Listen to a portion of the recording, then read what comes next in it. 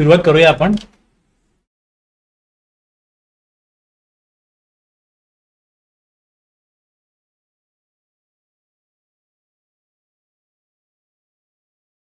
सुरुवात करतो.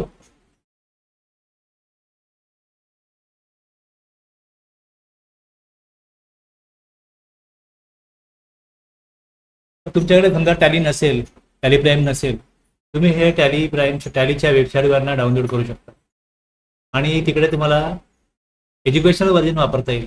आता माझ्याकडे लायसन आहे, पण मी इथे लायसन वापरत नाहीये. त्याच्यामध्ये काय होतं, लायसन सॉफ्टवेअरमध्ये आणि या एज्युकेशनल व्हर्जनमध्ये फरक एवढाच आहे की तुम्ही एज्युकेशनल व्हर्जनमध्ये ज्या एंट्रीज कराल इथे डेट जी असते ही डेट फक्त आपण 1, 2 आणि 31 या तीनच डेटला एंट्री करू शकतो, एवढंच रिस्ट्रिक्ट केलेलं आहे. बाकी सगळे रिपोर्ट्स आणि एंट्रीज आपल्याला करता येतात, फक्त डेट जी आहे ती रिस्ट्रिक्ट केली आहे. कमर्शियली जर मला काम करायचं असेल तर मला मग 1 ते 31 सगळ्या डेटला एंट्री करायला लागेल. आणि एज्युकेशन व्हर्जनला फक्त टेस्टिंग करता शिकण्याकरता इथे 1, 2 आणि 31 या 3 डेटलाच आपण एंट्री करू शकतो. इथे द्यायचं एज्युकेशन कंटिन्यू इन एज्युकेशनल मोड. आता ही सुरुवातीला ही स्क्रीन येईल, या प्रकारे ही स्क्रीन तुम्हाला दिसेल.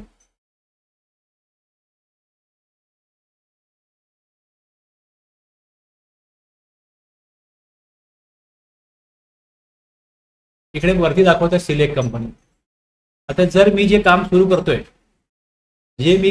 करतोय त्याचं ऑलरेडी मी इथे कंपनी बनवलेली असेल तर मी ह्यातनं सिलेक्ट करेन. पण मला नवीन काम सुरू करायचं असेल तर इथे क्रिएट कंपनी आहे, मला क्रिएट कंपनीला जाऊन नवीन कंपनी बनवावी लागेल. तर आपण हे जे आजचं रिसर्च करतोय त्याच्याकरता आपण एक नवीन कंपनी आपल्याला बनवावी लागेल. नवीन कंपनी बनवण्याकरता मी इथे हे क्रिएट कंपनी हा ऑप्शन इकडे सिलेक्ट करणार.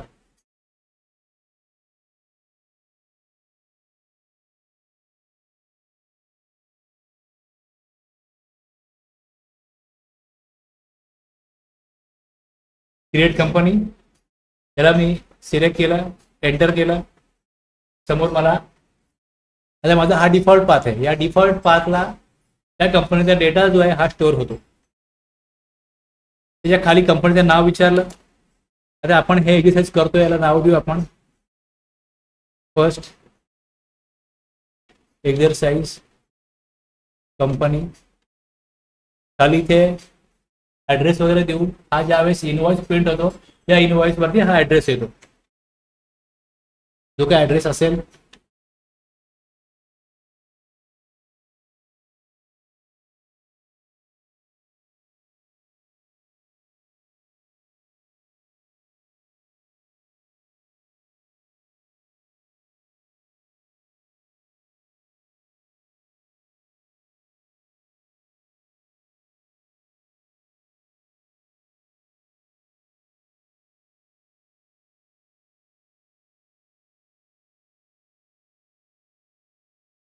या प्रकारे हे आपण टाकू ऍड्रेस, डेट टाकू.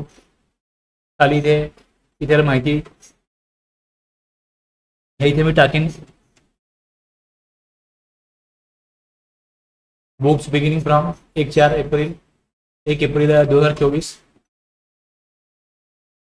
आणि खाली इथे ऍक्सेप्ट केलं ही कंपनी बनली. आता पुढे हे जे फीचर येत आहेत मला कॉम्प्लिकेशन नको आहे, त्यामुळे इकडे मी बघा इथे कुठले कुठले फीचर दिसतात. तुम्हाला इकडे फीचर दिसतात. एक अकाउंटिंग फीचर्स, दुसरं इन्व्हेंटरी फीचर्स आणि तिसरं टॅक्सेशन. या टॅक्सेशन मध्ये आता मला जीएसटी इनेबल करायचं नाहीये. मी जीएसटीचा हा जो ऑप्शन आहे बाय डिफॉल्ट ये दिसतो, हा मी नो करणार आहे. आता इथे कंपनी क्रिएशन सक्सेसफुली असा मेसेज वर दिसतो आणि खाली काय म्हणतो की इनेबल करा फीचर्स जे तुमच्या बिझनेसच्या आवश्यकतेनुसार तुम्हाला गरजेचे वाटतात ते इनेबल करा. आता इथे आणखीनही फीचर्स आहेत, शो मोर फीचर्स. याला मी येस केलं तर आणखीन फीचर दिसतील. हे मिनिमम फीचर दिसत आहे, जे मिनिमम रिक्वायर्ड त्यांना वाटतात त्यांनी समोर ठेवलेले. जर इथे याला येस केलं आपण तर आणखीन फीचर दिसतील. आता शो मोर फीचर्सच्या अगोदर खाली पण इथे आहे येस, हे आणखीन दिसते. याला नो केलं कमी येतील, आणखीन नो केलं कमी येतील. इथे फक्त काय करीन याला नो करीन, एक्सेप्ट येस. मला अकाउंटिंग आणि इन्व्हेंटरीचा पण ऑप्शन मी येस केला आहे, तो पण गरजेचा नाही आहे ॲक्च्युली. कंपनी बनली, नाव आलं माझ्या कंपनीचं. इथे बघा फर्स्ट एक्झरसाइज कंपनी दिसतं, बाजूला इकडे नो वॉचर सेंटर दिसतं. आता मी एकही एंट्री केलेली नाही. पहिली एंट्री मी करू शकतो 1 एप्रिल 2024 मध्ये. करंट पिरियड हा जो आहे हे मी 24-25 या फायनान्शियल इयर करता या कंपनीचा जे काय कालावधी आहे तो 24-25 मध्ये येतो, कारण मी फर्स्ट एंट्री दिली आहे 1 एप्रिल 24. आता इथे बाजूला तुम्हाला गेटवे ऑफ टॅली दिसेल. या गेटवे ऑफ टॅलीमध्ये इथे गेटवे ऑफ टॅली हेडिंग आहे, खाली इकडे मास्टर्स आहे, इथे खाली ट्रान्झॅक्शन्स आहे, त्याच्या खाली बँकिंग आहे, आणि इथे सॉरी इथे युटिलिटीज आहे, त्याच्यामध्ये बँकिंग आहे. युटिलिटीज मध्ये मास्टर्स, ट्रान्झॅक्शन्स, युटिलिटीज, खाली इथे रिपोर्ट्स आहे. एकदा का तुम्ही एंट्रीज केल्या, एंट्रीज कुठनं करणार आपण, तर एंट्रीज करणार आपण इथे वाउचर्स आहे, या वाउचर्स मधनं आपण एंट्री करणार. या इथे ट्रान्झॅक्शन, ट्रान्झॅक्शन मध्ये वाउचर्स मध्ये एंट्री केल्या, एकदा का वाउचर्स मध्ये एंट्री केल्या तर मग खाली तुम्हाला इकडे बॅलन्स शीट, हे जे खाली आहे बॅलन्स शीट पासून पुढे हे रिपोर्ट्स आहेत. या रिपोर्ट्स मध्ये सगळं रेडी मिळतं. काही पुढे असं आपण लेजर पोस्टिंग वगैरे केलं ते काही करायची गरज नाही. डिस्प्ले मोर रिपोर्ट्स वगैरे मध्ये तुम्हाला लेजर्स वगैरे बघता येतात आणि सगळं हे ऑटोमॅटिक क्रिएशन होतं. काही मॅन्युअली करायची गरज नाही, इथे विचार करायची गरज नाही. फोकस राहून कुठली जर्नल एंट्रीचं करस्पॉन्डिंग पोस्टिंग कुठल्या लेजरला करायचे आहे. मग जसं माझ्याकडनं काल एकदम वेळा चुका झाल्या, त्या चुका होण्याची इकडे शक्यता नाही. मी फक्त प्रॉपरली ट्रान्झॅक्शन वाउचर एंट्री जर का व्यवस्थित केली तर पुढचे करस्पॉन्डिंग इफेक्ट ज्या ज्या ठिकाणी व्हायला पाहिजे, एकदा मी जर्नलला एंट्री केली का जर्नलला एंट्री केल्यानंतर त्याचं पुढे लेजर पोस्टिंग होतं. मग लेजर पोस्टिंग झाल्यानंतर लेजरचा बॅलन्स काढला जातो. मग लेजरचा बॅलन्स काढल्यानंतर यावर ट्रायल बॅलन्स बनतो आणि मग ट्रायल बॅलन्सवरना फायनल अकाउंट्स म्हणजे प्रॉफिट अँड लॉस आणि बॅलन्स शीट बनतात.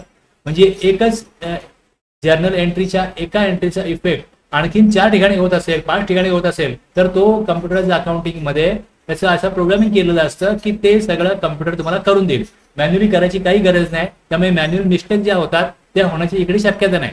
फक्त जिकडे आपण मॅन्युअली इनपुट देतो ते फक्त प्रॉपर देणं गरजेचं आहे आणि ते देण्याची पद्धत कशी आहे, कशा प्रकारे त्याची प्रोसिजर आहे हे आपल्याला समजून घ्यायचं.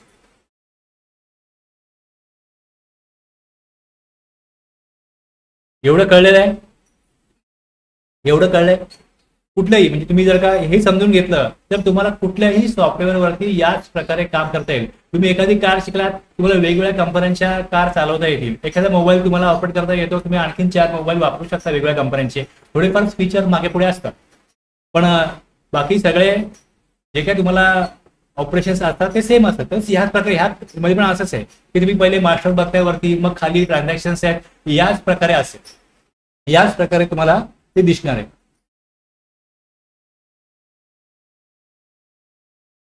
आपल्याला काय करायचं आहे, पुढे जाऊन डायरेक्ट तुम्हाला एंट्री दाखवतो इकडे वाउचर्स.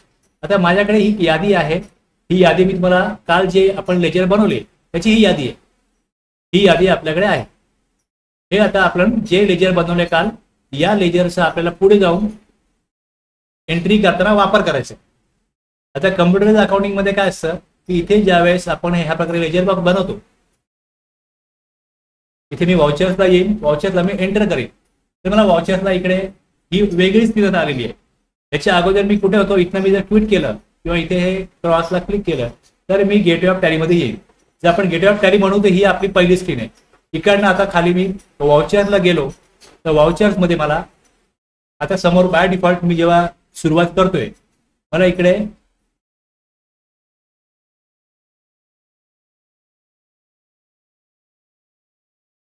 पेमेंट दिसते, पेमेंट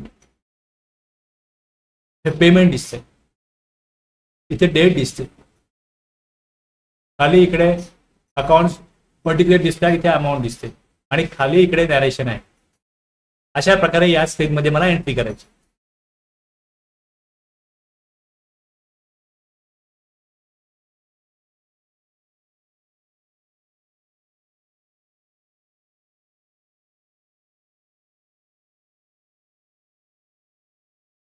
आता इथे आपण जे बघतोय ही जी आपली पहिली एंट्री आहे, याच पहिल्या एंट्रीचं जे आपण मॅन्युअली काल बघितलं, म्हणजे अगोदर त्याचं आपण जर्नल बघितलं, मग लेजर बघितलं.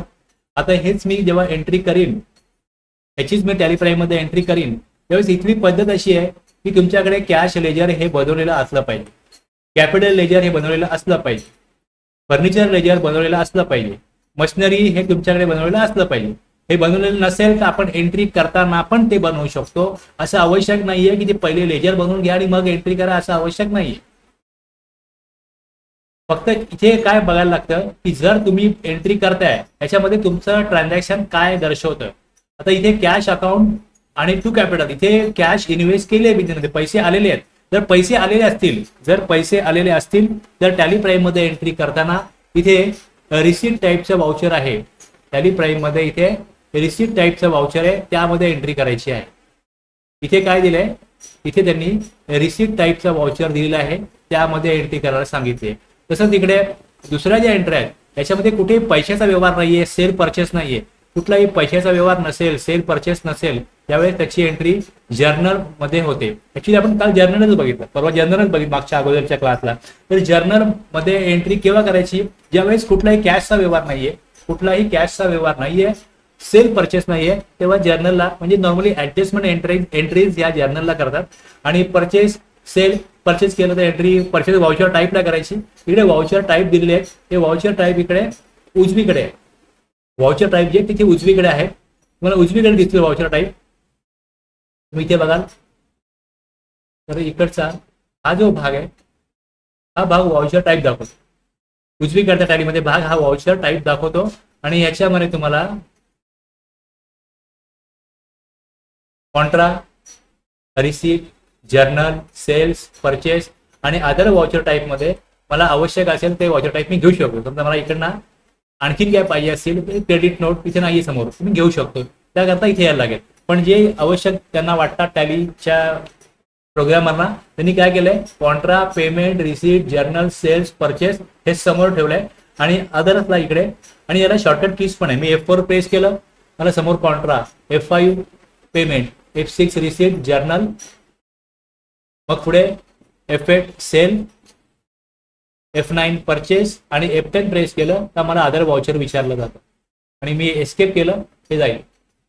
आता मला पहिली एंट्री आहे, बिझनेस सुरू केला, बिझनेसमध्ये पैसे आले, इथे पैसे आले तर रिसीटला एंट्री करायची आहे. रिसीट मी घेतोय. डेट जी आहे त्याची, ही डेट जी आहे ही 1/7 आहे, 1/7/24 आहे. मग 1/7/24 ही डेट मला द्यावी लागेल. आता इकडे बाय डिफॉल्ट 1 एप्रिल दिसतं, मग इथे मी डेटला क्लिक करीन किंवा F2 की आहे त्याला प्रेस करीन आणि इकडे 1/7 या प्रकारे डेट देईल. जशी मी 1/7 डेट दिली, पुढे मला आता इथे बघा, कॅश शिवाय बिझनेस होऊ शकत नाही, कारण बिझनेसचा अल्टिमेट गोलच हा आहे की पैसे कमवणं. त्यामुळे कॅश ते लेजर इथे असतं.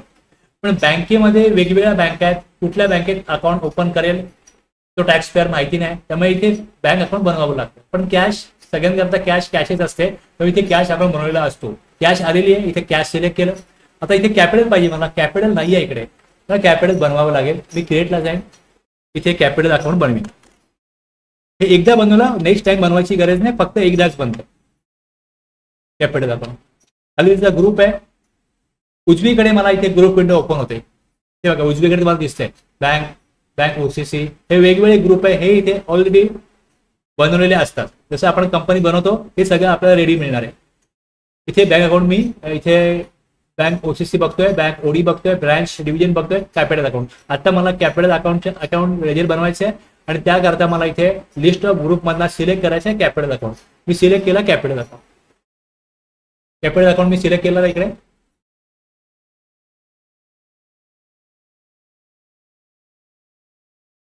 आता इथे मी सिलेक्ट केल्यानंतर पुढे जाऊन मला काय करायचं, फक्त इतर माहिती भरायची असेल तर भरा, अदरवाईज ती ऑप्शनल आहे.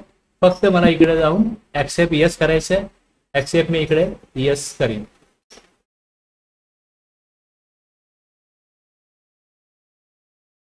आता मला दोन्ही लेजर रेडी माझ्याकडे, कॅश आणि कॅपिटल अकाउंट. अमाऊंट काय पुढची ते बघायचं आहे मला, 50,000 ही अमाऊंट पुढे मला टाकायची, 50,000.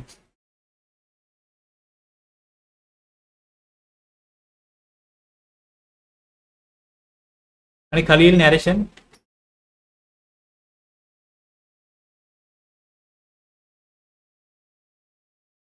एंटर केलं, ऍक्सेप्टला पण एंटर केलं, एंट्री सेव्ह झाली. आता कॅश आणि कॅपिटल, कॅश आणि कॅपिटल याला मी एंट्री केली. आपण जसं काल हे बघितलं, याच्यानंतर मग पुढे आपण हे लेजर बघितलं बघा. आता हे आपण लेजरचा आपला हा फॉर्मॅट होता, एक कॅशचा होता आणि एक कॅपिटलचा होता. आता ह्याचं जसं एक एंट्री होते त्याचं लेजर पोस्टिंग पण होतं, ऑटोमॅटिक होतं. आता हे बघायचं असेल तुम्हाला, इथनं आपण बाहेर पडणार. इथनं बाहेर पडलं बघा, इथे दिसतं तुम्हाला फर्स्ट एक्झरसाइज कंपनी, इकडे दिसतं 1 जुलै. 1 जुलैला आपण एंट्री केल्याचं तो दाखवतो की आपण एंट्री केली. आता ही एंट्री कधी केली? 1 जुलैला एंट्री केली, दाखवतो इकडे की फर्स्ट एक्झरसाइज कंपनीमध्ये तुम्ही डेट ऑफ लास्ट एंट्री केली 1 जुलै. आता खाली आपण इथे येणार,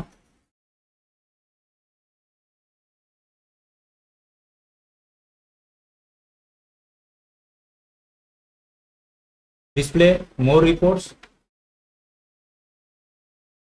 अकाउंट बुक्स, लेजर.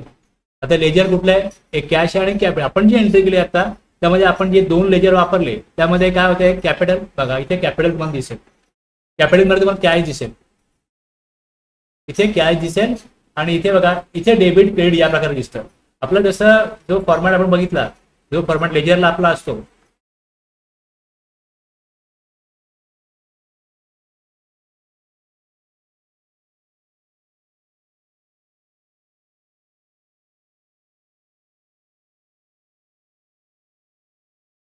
इथे कसं आहे? इथे डेबिट आहे आणि इथे तुमच्याकडे क्रेडिट दिसेल तुम्हाला. हे डेबिट आहे, इथे क्रेडिट आहे. कम्प्युटर अकाउंटिंग मध्ये असं होत नाही. इथे डेबिट दिसेल तुम्हाला, हे डेबिट आहे आणि इथे बाजूलाच क्रेडिट. पर्टिक्युलर इथे दिसेल, इथे वाउचर टाईप कळतो कुठला आहे, वाउचर नंबर कळतो आणि अमाऊंट जी आहे ती अमाऊंट तुम्हाला इथे दाखवली जाते.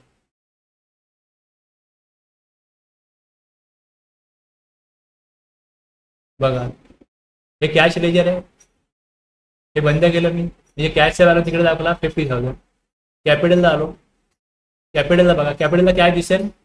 कॅपिटलला काय दिसेल आणि कॅशला कॅपिटल दिसेल. जशा मी एंट्री वाढवत जाईन तिकडे त्या लेजरचा तुम्हाला अमाऊंट करस्पॉन्डिंग इफेक्ट दिसत जाईल.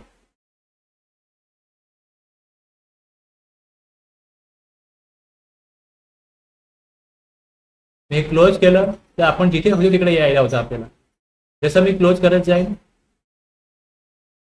मी डिस्प्ले मोर अकाउंट रिपोर्ट्समध्ये गेलो, एंटर केलं, त्यातनं मग मी अकाउंट बुक्सला गेलो, त्यातनं मग लेजरला गेलो आणि मग त्यातनं लेजर मी चूज केलं.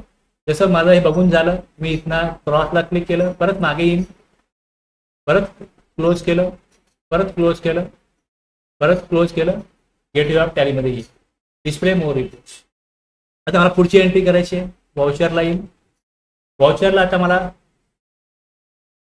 बिझनेस सुरू केला, कॅश इन्व्हेस्ट केली, त्याचबरोबर आणखीन पुढे काय केलं? फर्निचर आणि मशिनरी घेऊन त्यांनी बिझनेस सुरू केला. त्याकडे फर्निचर होतं, मशिनरी होती, त्याची अमाऊंट दिलेली आहे. हे सगळं 1 जुलैला आपण एंट्री करतोय. 1 जुलैला हे एंट्री करतोय आपण. आता 1 जुलैला काय करायचं? ही एंट्री करायची. त्याच्यामध्ये कुठेही कॅश नाहीये, परचेस सेल नाहीये. जर कॅश परचेस सेल नसेल तर जर्नल हे वाउचर घ्यायचं आहे. जर्नल घेतलं. आता याच्यामध्ये डेबिट काय आणि क्रेडिट काय? आता बघा मला इथे डेबिट पाहिजे, फर्निचर किंवा मशिनरी हे जे आहे हे मला डेबिट करायचं आहे. हे लेजर इथे नाहीये, हे लेजर इथे नाहीये, तर हे बनवावे लागतील. तर मी तुम्हाला ही पीडीएफ पण दिलेली आहे की जेव्हा हे बनवायला जाल त्यावेळेस तुम्हाला ह्याच्यामध्ये फर्निचरसाठी फिक्स असेट हा त्याचा ग्रुप द्यायचा आहे. फर्निचरसाठी फिक्स असेट आहे, मशिनरीसाठी पण फिक्स असेट, हे 2 बनवावे लागतील. आता वरती ते क्रेडिट दिसतंय,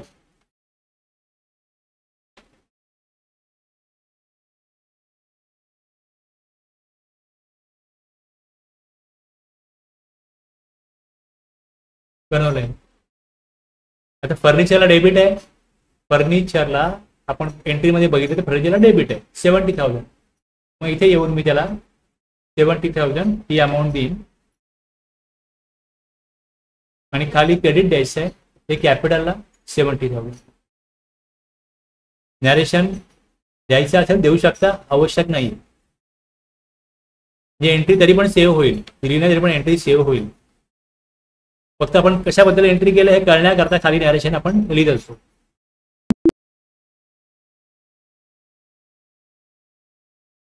सेम पुढची एंट्री, मशिनरी अकाउंट बनवावं लागेल.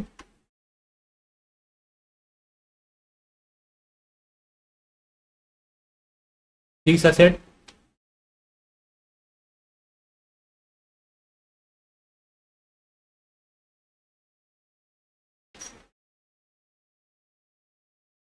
हे क्रेडिट आहे, हे चुकू शकतं, त्याची काळजी घेतली पाहिजे.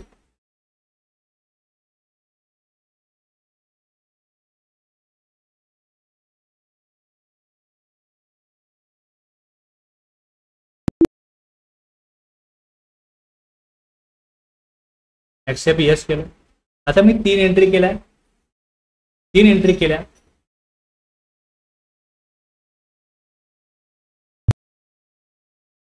बघा इथे मी 3 एंट्री केल्या. याच्यामध्ये कॅश, कॅपिटल, फर्निचर आणि मशिनरी याला इफेक्ट गेलाय. या तिन्हीमध्ये बघा कॉमन काय, कॅपिटल तिन्हीमध्ये, म्हणजे कॅपिटल मध्ये कॅश, फर्निचर आणि मशिनरी हे 3 लेजर आलेले आहेत.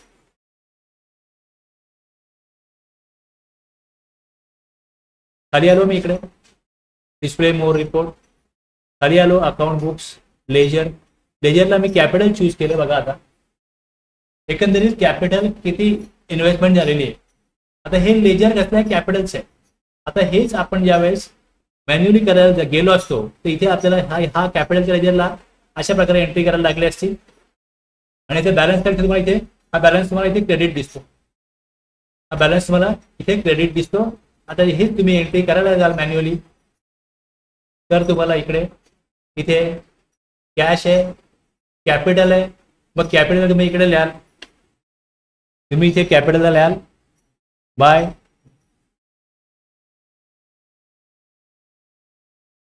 कॅश,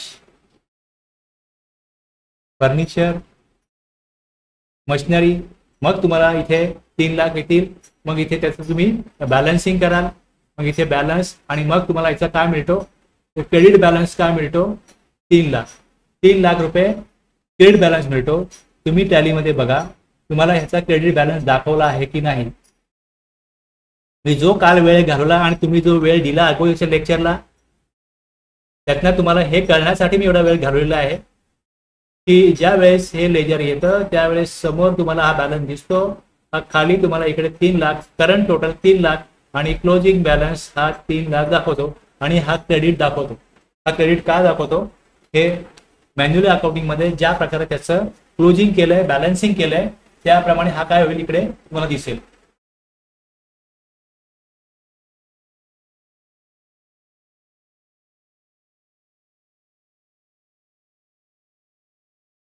जर तुम्हाला ऑडिटमध्ये काही ट्रान्झॅक्शन्स या प्रकारे चेक करायचे असेल आणि त्यातनं काय शोधायचं असेल तर एक एक ट्रान्झॅक्शन बघा, ज्या प्रकारे ट्रान्झॅक्शन्स होतं त्या ट्रान्झॅक्शन्स मधनं टॅक्स लायबिलिटी क्रिएट होत असते. त्याच ट्रान्झॅक्शन मध्ये जर परचेस असेल तर त्याचा ITCचं त्यांचं बेनिफिट क्रिएट होत असतो. आणि जर तो ITC रिस्ट्रिक्ट होत असेल GSTच्या कायद्यामध्ये तर तेवढं ITC रिव्हर्स करण्यासाठी त्यांना त्या प्रकारची एंट्रीज करायला लागते. मग प्रॉपरली टॅक्स लायबिलिटी तिकडे रेकॉर्ड केले की नाही, त्याच प्रकारे तिकडे परचेसच्या एंट्री करत असताना proper input tax credit record केलाय की नाही, जो रिव्हर्स करायला पाहिजे तो प्रॉपरली, समजा ब्लॉक क्रेडिट आहे जे क्रेडिट रिस्ट्रिक्ट केलंय ते रिव्हर्स केलं की नाही हे जर बघायचं असेल तर तुम्हाला एक एक एंट्रीज केल्यानंतरच हे कळणार आहे. हे डायरेक्टली कळणार नाही, हे आउटपुट तुम्हाला असं सहज मिळणार नाही.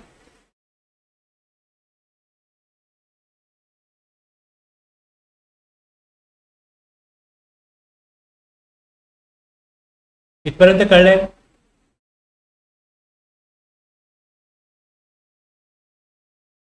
मी जे तुम्हाला काल लेजर दाखवलं, ज्या प्रकारे लेजर पोस्टिंग केलं, खूपच तुम्हाला तो कंटाळवाणा सेशन वाटला असेल. पण आता मी तुम्हाला दाखवतोय कशा प्रकारे त्याचा रिझल्ट कम्प्युटर अकाउंटिंग मध्ये ऑटोमॅटिक येतो. हे तुम्हाला कळलं असेल तर मग आपण पुढे जाऊ शकतो. सेम अशाच प्रकारे परचेसच्या एंट्री येतील, परचेज रिटर्नच्या एंट्री येतील, सेलच्या एंट्री येतील, मग सेल रिटर्नच्या एंट्री येतील आणि त्यातून तुम्हाला हा रिझल्ट सगळा मिळणार आहे. तर रिप्लाय करा, तुम्हाला हे कळलं असेल तर रिप्लाय करा, म्हणजे मी पुढे जाऊ शकतो. तुम्ही ऐकताय, तुम्ही अलर्ट आहात हे मला कळलं तुमच्या रिप्लायवरनं.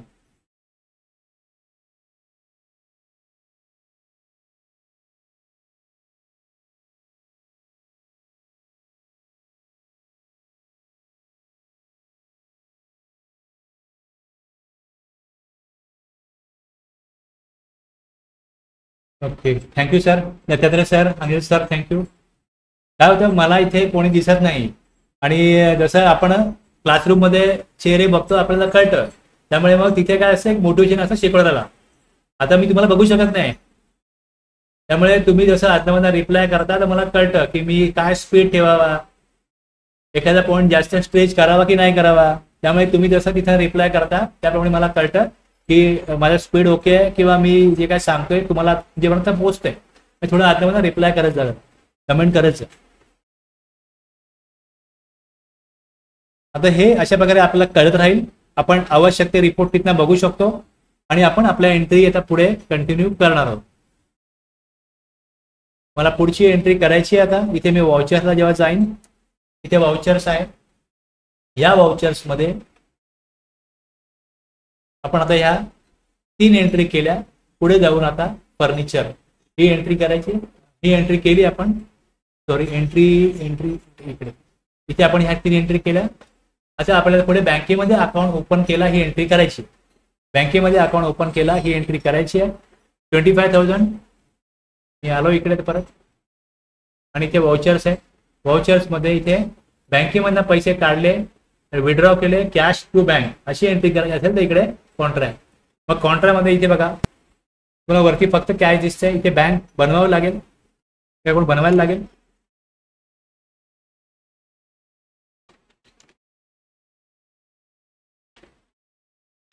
बँक दिलं इकडे,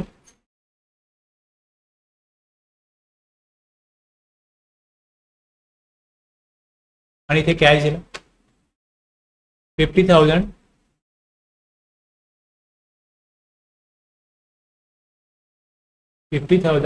बघा जेव्हा इथे कॅश आणली किती 50,000, यातली डिपॉझिट केली किती 25,000.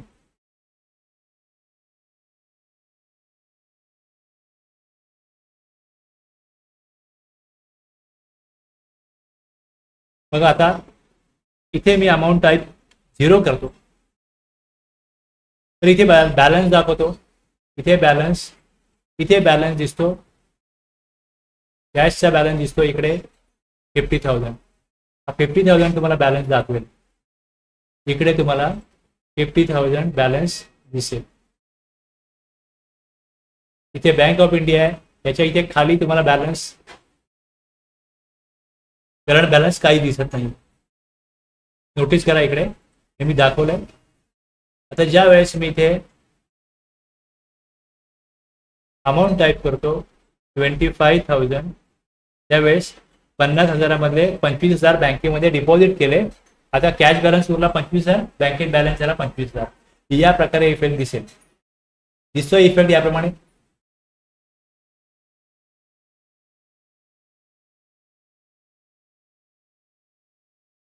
इथे ज्या आपण ज्या प्रकारे पैसे भरले असतील या नोटांचे इथे हे द्यायचे.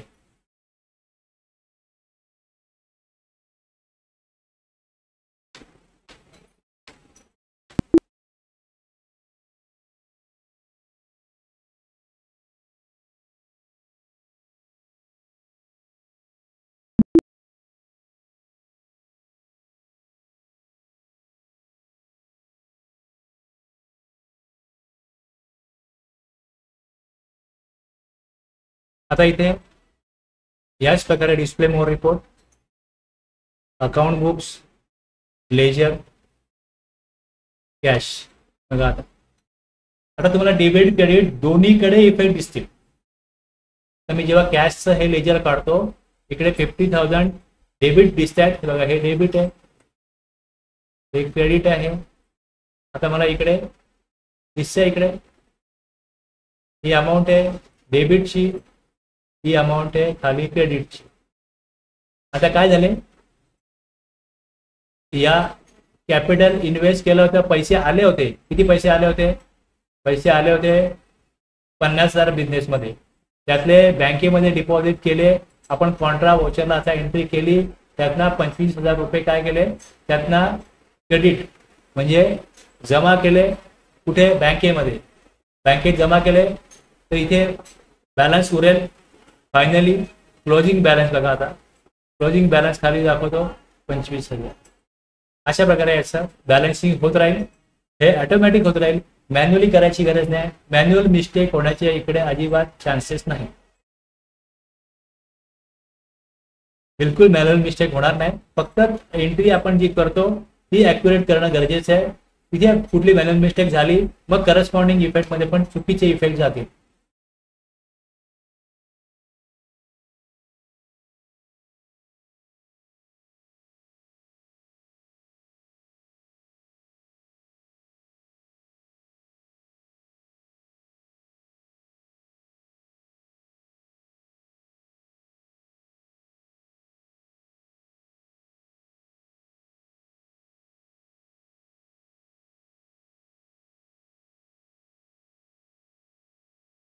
आता पुढे परचेस गुड्स फ्रॉम.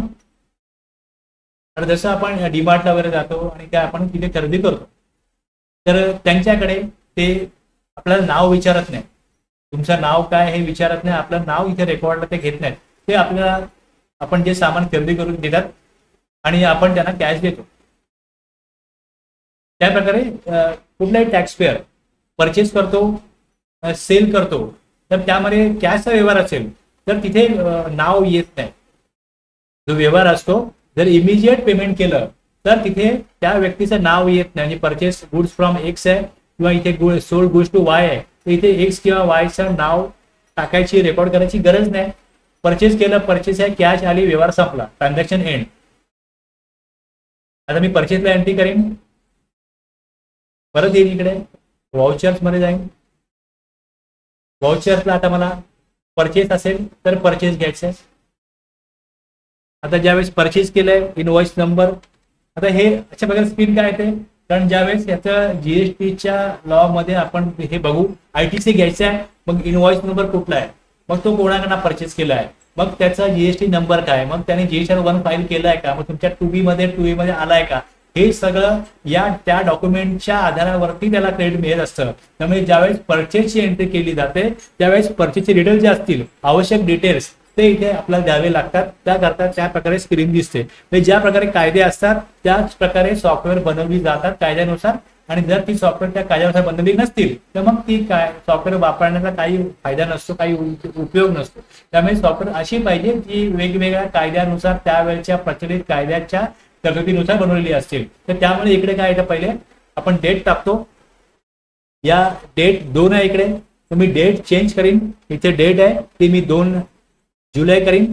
2 जुलैला मी 740 नंबर एक इनवॉइस नंबर टाकतो. इथे डेट त्या इनवॉइस वरती डेट काय, त्या इनवॉइस वरती ही डेट आहे हे टाकतो. पुढे जाऊन आता हे परचेस केलंय, कॅश आलेली आहे, इथे पार्टीज अकाउंट इथे कॅश देईन. हे बाकीची माहिती आपल्याला टाकणं आवश्यक नाहीये. हे मी पुढे जाईन. ही कॅश आहे. इथे आपण मेलिंग नेम, कॅश कोणाकडनं घेतली ही जर माहिती रेकॉर्ड करायची असेल तर रेकॉर्ड करू शकतो, हे आवश्यक नाहीये. पुढे गेलो इकडे. आता इथे परचेस लेजर नाहीये, तर परचेस बनवायला लागेल. Create purchase account. इथे त्याचा ग्रुप इन परचेस आणि इथे अमाऊंट टाकायची आहे मला. आता याची अमाऊंट परचेसला याची अमाऊंट किती आहे, 10,000.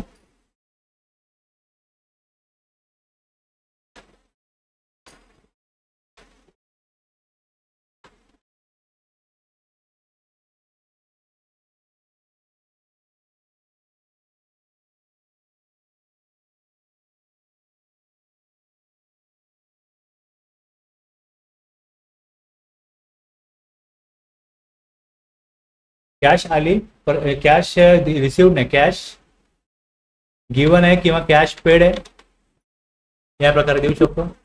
Accept yes. कॅश दिली आणि गुड्स घेतलेले 10,000. सेम सेल्सची एंट्री आहे. आता पुढे कॅश सेल आहे 2 तारखेलाच. मी ते सेल घेईन. सेलमध्ये पार्टी नेम मध्ये कॅश येईल. हे आवश्यक नाहीये. हे पण खालचं आवश्यक नाहीये. सेल अकाउंट आहे का इकडे? नाहीये, बनवायला लागेल.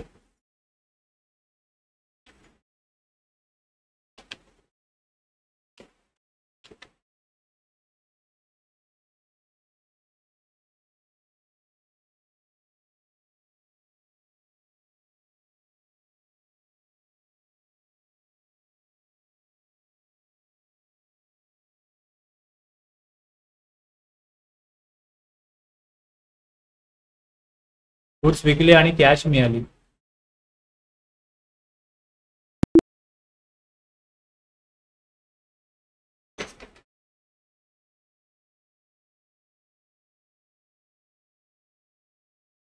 आता इथे मी परचेस सेलच्या एंट्री केल्या आहेत. तर इथे बघा मी प्रॉफिट अँड लॉस काढला, ऑटोमॅटिक हे रेडीमेड. मी 10,000चे गुड्स परचेस केले आणि त्यानंतर मी 12,000ला गुड्स विकले, तर तुम्हाला इकडे 2,000 प्रॉफिट दाखवेल. मॅन्युअली अकाउंटिंग मध्ये हे सगळं बनवावं लागतं. आता जे आपण काल केलं, मी काल खूप बोर झाला असाल कदाचित त्याच्यामध्ये, कारण की हे सगळं लेजर पोस्टिंग करायला 1 तास आपण तिथे स्ट्रगल करत होतो. ह्या लेजर पोस्टिंग केल्यानंतर मग ह्या सगळ्या जो बॅलन्स आलाय, या सगळ्याच्या बॅलन्सचा परत पोस्टिंग करायचं, पुढे इथे सगळं रेकॉर्ड करायचं की बॅलन्स किती आहे. मग हे मी घेतलं नाही काल, कारण की काय होतं की खूप त्यातनं फोकस राहून हे करायचं होतं आणि त्यामुळे थोडंसं ते बोरिंग होत होतं, कंटाळवाणं होत होतं. पुढे जाऊन बघा हे तुम्ही कॅश घेतलं, मग कॅपिटल घेतलं, असे सगळ्याचे बॅलन्स लिहायचे होते इकडे. तर हे सगळ्याचे बॅलन्स लिहायचे होते. हे जे काय डेबिट क्रेडिट असतील त्याप्रमाणे ते लिहायचे होते.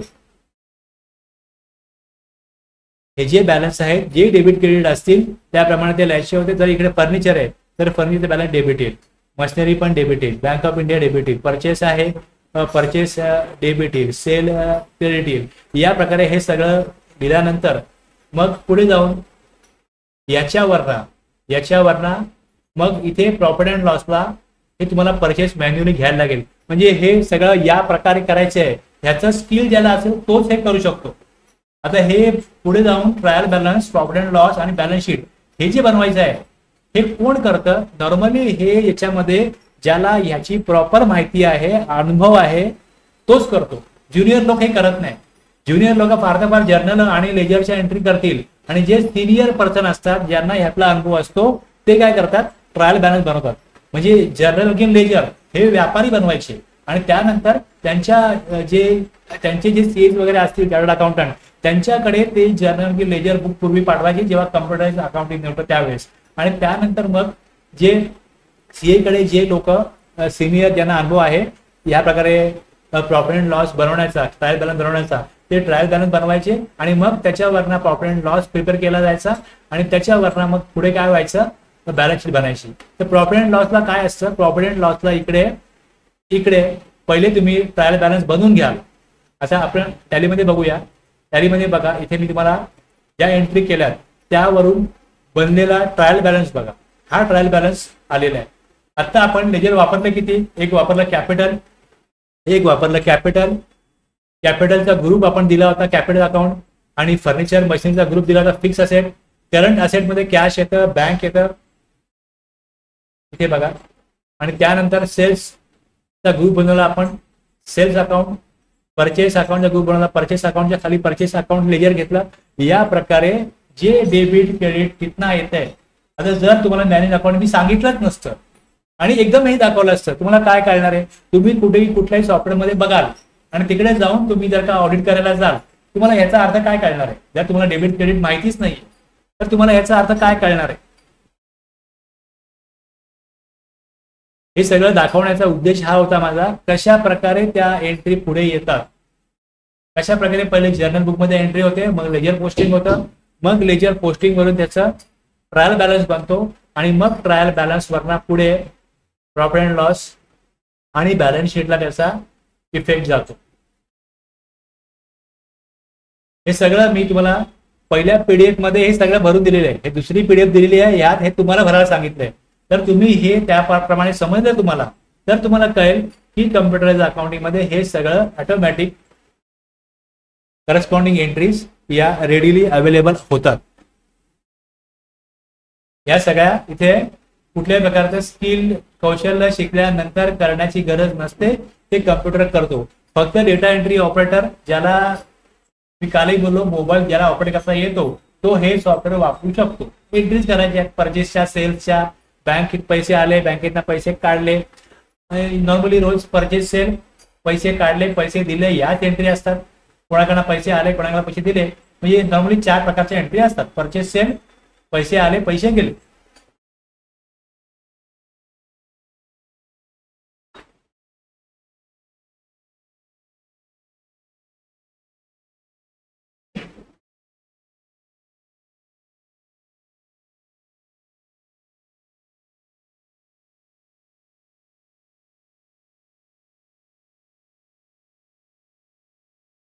आता जसं मी एंट्री करत जाईन, इथे डेबुक बघाल तुम्ही. डेबुक मध्ये तुम्हाला जेवढ्या एंट्री आपण केल्या असतील, आता मी 1 तारखेला एंट्री केली, मग 2 तारखेला केली, त्या सगळ्या एंट्री दिसतील. डेबुक तुम्हाला सर्व प्रकारच्या वाउचर टाईपच्या एंट्रीज दाखवेल डेबुक मध्ये.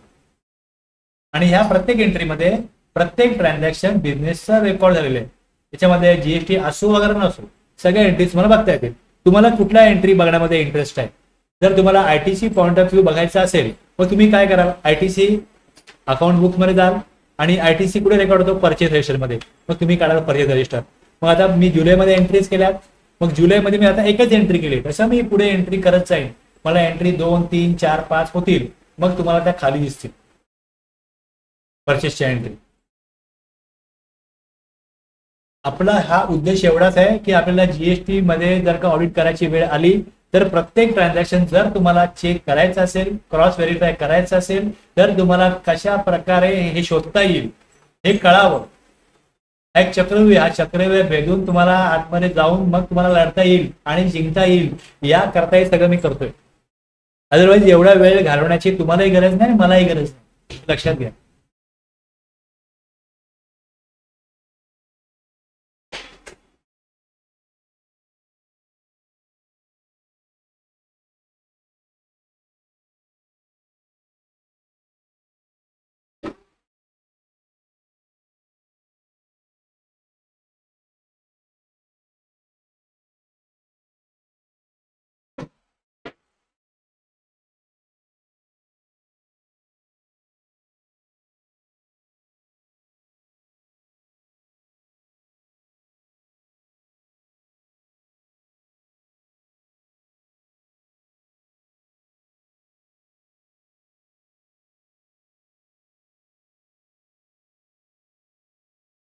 पुढे जाऊया आता.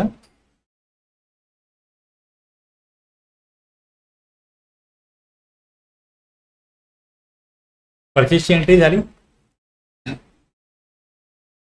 जर मला आता परत बघायचं आहे मी कुठपर्यंत एंट्री केल्या, मी काय करणार, मी इथे डेबुकला येणार. डेबुकला येऊन मी इकडे पिरियड दिला, तर मी ब्लँक ठेवलं, हे पण ब्लँक ठेवलं. मला सर्व पिरियडची एंट्री दिसते. 1 एप्रिल ते लास्ट एंट्री केली, वर दिसतं बघा इथे मला 1 एप्रिल ते 2 जुलै, लास्ट एंट्री 2 जुलैला केलेली आहे. आणि पहिली एंट्री मी करू शकतो 1 एप्रिल 2024ला. इथपर्यंत मी किती एंट्री केल्या ते मला दिसतं. इथे मला कळतं मी सेलची एंट्री केली, 10,000 परचेसची केली, 12,000 सेलची केली, मी एवढ्या एंट्री केल्यात हे मला दिसतं.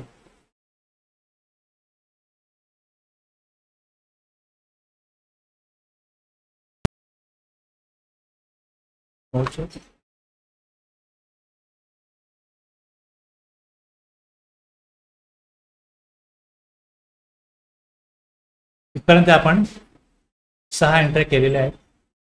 आता आपल्याला पुढे कसं, आता कॅश सेलची एंट्री झाली, आता क्रेडिट सेलची एंट्री करीन.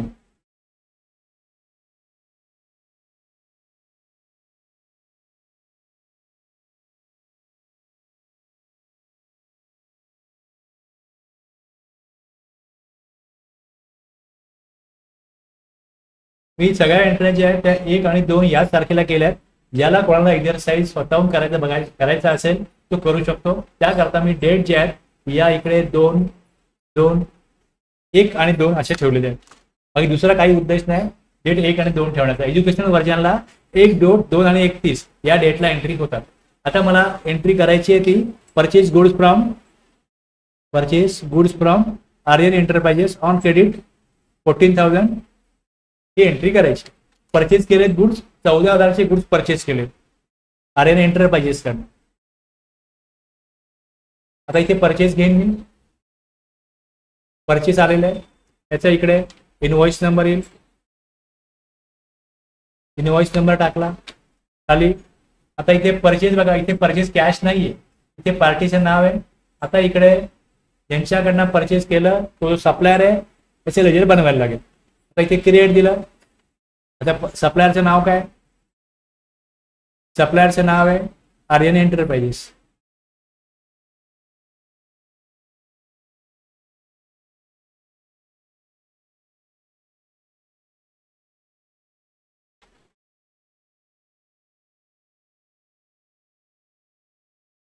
आर्यन एंटरप्राइजेस ज्यांच्याकडनं परचेस केलं ते आपले सन्ड्री क्रिएटर असतात. मी हे कन्सेप्ट पण थोडं सांगितलं अगोदर. ज्याच्याकडनं परचेस केलं जो आपल्याला उधारीवरती गुड्स देतो तो सन्ड्री क्रिएटर आहे, आणि ज्याला आपण गुड्स विकतो तो सन्ड्री डेटर्स आहे. त्याचा उच्चार डेप्टर्स नाही होत, डेटर्स होतो, आणि सन्ड्री क्रिएटर्स. आता इथे खाली ऑप्शन आहे maintain balances bill by bill. आता ह्याच्याकडनं परचेस केलं तरी खाली ऑप्शन आहे maintain balances bill by bill. Yes. आता समजा हे क्रेडिटवरती मिळतं, हे क्रेडिट पिरियड किती यायचा? 1 महिना, 15 दिवस. आता बघा जीएसटी मध्ये एक तरतूद अशी आहे की 180 दिवसामध्ये जर सप्लायरला पेमेंट नाही केलं तर आयटीसी रिव्हर्स करा. मग एखाद्या सप्लायरला, एखाद्या टॅक्स पेअरनी तुमच्याकडे जर ऑडिटची केस असेल, त्यांनी पेमेंट केलं की नाही 180 दिवसामध्ये, हे तुम्हाला कसं कळणार? तुम्ही सिस्टम मध्ये गेल्याशिवाय, सिस्टम मध्ये त्याच प्रकारे चेकिंग केल्याशिवाय तुम्हाला कळणारच नाही कुठलं इनवॉइस पेमेंट कधी आलंय. तुम्ही प्रिंटआउट जर आणले तुम्हाला त्यामध्ये हे येत नाही की कुठल्या बिलाचे पेमेंट किती दिवसामध्ये केले आहे, हे तुम्हाला कळत नाही. पण जर का तुम्हाला इन्स्पेक्शन मध्ये किंवा ऑडिटमध्ये हे काढायचं असेल तर की एखाद्या सप्लायरला किती दिवसामध्ये पेमेंट केलंय, 180 दिवसामध्ये पेमेंट केलेलं आहे की 180 दिवसाच्या पुढे पण अजून पेमेंट ड्यू आहे, पेमेंट ड्यू असेल तर याचा आयटीसी घेतलाय की नाही घेतलाय, याचा इनपुट रेट घेतलाय की नाही घेतलाय. जर घेतला असेल तर ते रिव्हर्स केलंय का? जर रिव्हर्स नाही केलं तर मग पुढची कारवाई, पुढच्या स्टेप काय असेल तुम्ही समजू शकता. त्या व्हायला पाहिजे. मग त्याकरता शोधलं पाहिजे. ते शोधण्याकरता तुम्हाला सिस्टम काढला पाहिजे.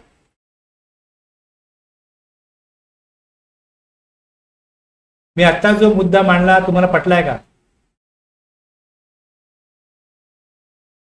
मी जे तुम्हाला सांगतोय अनिल सर, दत्तात्रय सर, सांगा तुम्हाला. मी यासाठी हा पॉईंट सांगितला की हे कळणं काय गरजेचं आहे की जर का एखादा इनवॉइस जो परचेस केलाय त्याच्यावरती आयटीसी घेण्याचा हक्क आहे टॅक्स पेअरचा.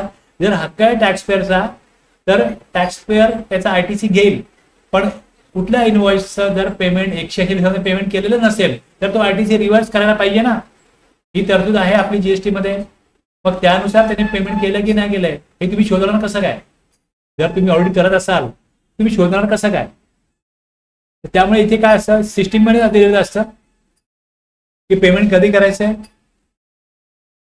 पेमेंट कधी करायचंय. हे लेजर जेव्हा बनवलं तर याच्यामध्ये सेटिंगच असते की त्याचं bill by bill balance maintain करा, maintain balance bill by bill. मग त्या बिलाचं पेमेंट कधी केलंय ते जेव्हा करतात तेव्हा या बिलाच्या आगेच पेमेंट केलं, अशा प्रकारे एंट्री केली जाते. आणि त्याचा जो काय बॅलन्स आहे किंवा जे पेमेंट केलंय ते किती दिवसाने पेमेंट केलं हे त्याच्यावर शोधता येतं किंवा त्यांना कळतं. परचेस केलंय, परचेस किती अमाऊंट आहे परचेसची? ही अमाऊंट जी आहे ही घ्यायची आहे मला.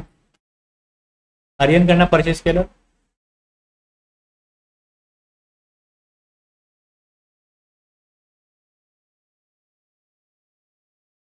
आता इथे आला न्यू रेफरन्स. आता याला पेमेंट कधी करायचं आहे? याला पेमेंट करायचं आहे जर 1 मंथ दिलं तर 1 मंथ येईल 2 ऑगस्ट. किंवा इथे सरळ डेट दिली की 31 ऑगस्टला पेमेंट करायचं, 31 ऑगस्ट पर्यंत. हे त्या दोघांमधला व्यवहार आहे. पण जीएसटी पॉइंट ऑफ व्ह्यू 180 दिवसामध्ये पेमेंट केलंय की नाही केलंय हे त्यात तुम्हाला बघता आलं तर तुम्हाला कळेल की आयटीसी त्यांनी प्रॉपर घेतला की नाही घेतला, हे लक्षात घ्या.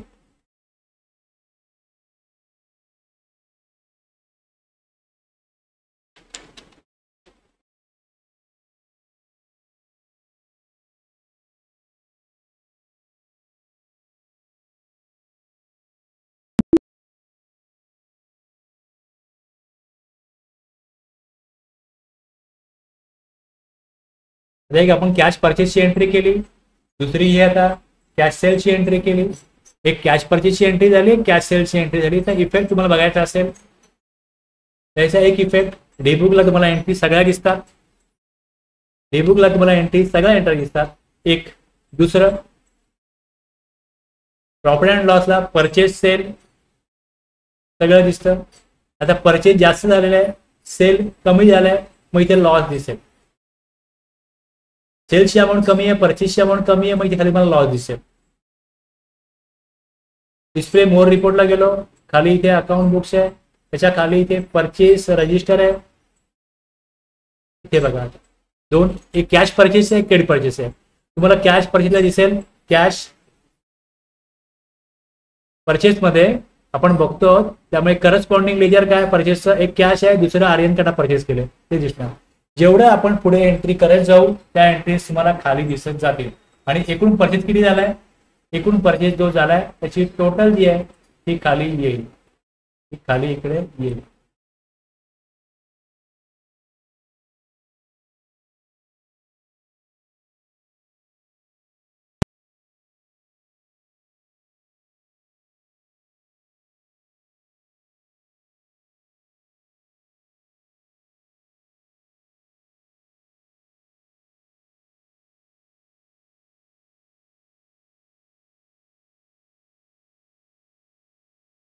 आठ एंट्री झाल्या. पुढे आता मी पुढच्या एंट्रीला आलो. आता इथे कम्प्युटर परचेस केला 10,000 असा, कॅश दिली, आता कॅश दिलेली आहे आणि परचेस केलाय. मग इथे बघा या प्रकारे इथे एंट्री होईल. याची जी एंट्री होईल ती एंट्री इथे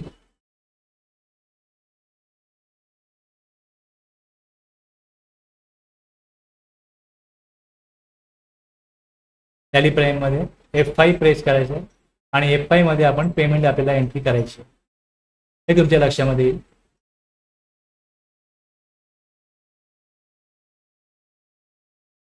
इथे पेमेंट आहे,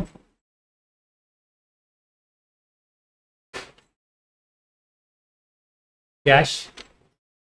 आता खाली इथे मी परचेस केलंय, पण इथे परचेस देणार नाही कारण की हे विकण्याकरता घेतलेलं नाहीये, लक्षात घ्या. इथे मी परचेस लेजर देणार नाही कारण कम्प्युटर परचेस केलाय, तो बिझनेस मध्ये त्यांना त्यांची असेट म्हणून परचेस केलाय, त्यांच्या बिझनेसची एफिशियन्सी वाढवण्याकरता बिलिंग कम्प्युटराइज करायचं आहे, अकाउंटिंग करायचं आहे, म्हणून त्यांनी कम्प्युटर परचेस केलाय. मग इथे मला कम्प्युटर हे बनवावं लागेल, क्रिएट.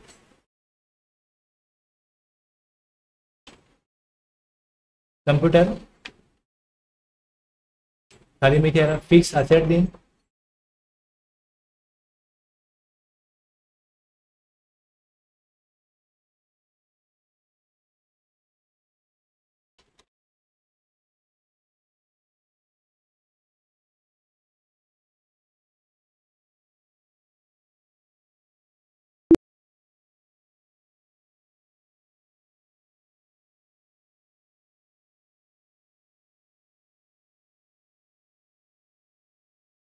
आता इथे बघा डेबुक मध्ये एंट्री दिसेल,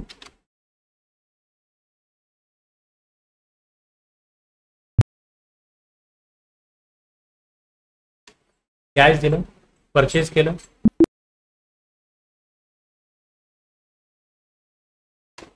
कम्प्युटर घेतला, परचेस केलं, तिथे कम्प्युटर दिसेल. आता याचा इफेक्ट कुठे कुठे जाईल, आपण ज्या डेटला एंट्री करतो त्या इथे आपल्याला एंट्री दिसतातच डे बुकला. आणि दुसरा इफेक्ट आपल्याला परचेस जर केलंय, आता मी याला परचेस ग्रुप दिला नाही, त्यामुळे याचा इफेक्ट परचेसचा इफेक्ट प्रॉफिट अँड लॉसला येणार नाही.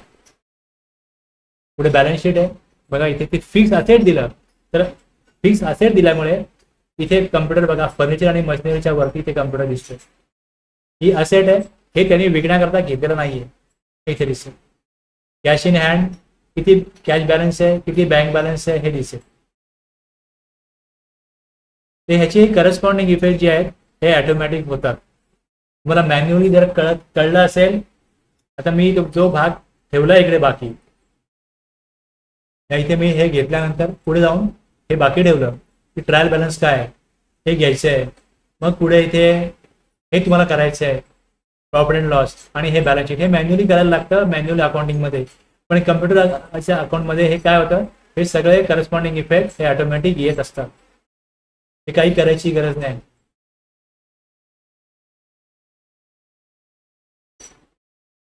हे profit and loss balance sheet मध्ये ऑटोमॅटिक येईल, तेच तुम्हाला इकडे दिसतंय. मग हे तुम्हाला कळलं पाहिजे की जे गुड्स विकण्याकरता परचेस करतो त्या गुड्सला परचेस व्हाउचरमध्ये एंट्री करताना परचेस म्हणून एंट्री केलं जातं. आणि जर आपण इथे कम्प्युटर बघितला तर कम्प्युटरला आपण परचेस म्हणून रेकॉर्ड नाही केलं, याला रेकॉर्ड केलं ॲज अ फिक्स असेट, इथे कम्प्युटर दिलं. त्यामुळे ते परचेस रजिस्टरचा भाग होणार नाही, ते परचेस प्रॉफिट अँड लॉस आपल्याला दिसणार नाही. ते कुठे दिसेल, ते दिसेल फिक्स असेट म्हणून.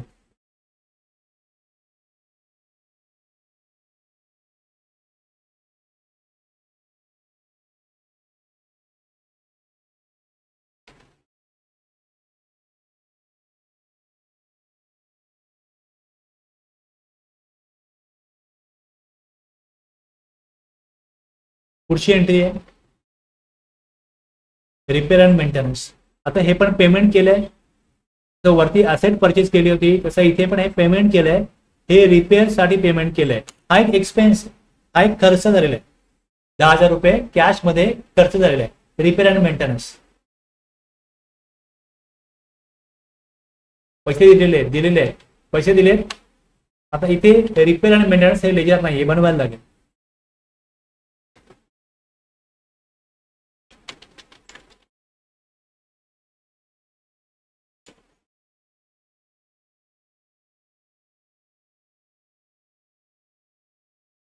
आता हा एक्सपेन्स आहे, मग याला इकडे एक तर डायरेक्ट एक्सपेन्स केव्हा घेतात, जो एक्सपेन्स आहे तर मी याला इकडे टाईप केलं एक्सपेन्स. बघा, एक डायरेक्ट दिसेल, एक इनडायरेक्ट दिसेल. फॅक्टरी मधला खर्च असेल तर डायरेक्ट एक्सपेन्सेस, आणि जर का ओव्हरऑल एक्सपेन्स असेल तर मग तो इनडायरेक्ट एक्सपेन्सेस. म्हणजे फॅक्टरीच्या बाहेर कुठला खर्च होतो, ऑफिस आहे तिकडनं मग पुढे काही खर्च करत असतील तर ते सगळे खर्च येतात. म्हणजे जी मेन ऍक्टिव्हिटी आहे तिथला खर्च असेल तर डायरेक्ट एक्सपेन्सेस, आणि मग ती मेन ऍक्टिव्हिटीच्या बाहेर दुसऱ्या ऍक्टिव्हिटी करायला लागतात तर त्याचा खर्च असेल तर इनडायरेक्ट एक्सपेन्स मध्ये येतं.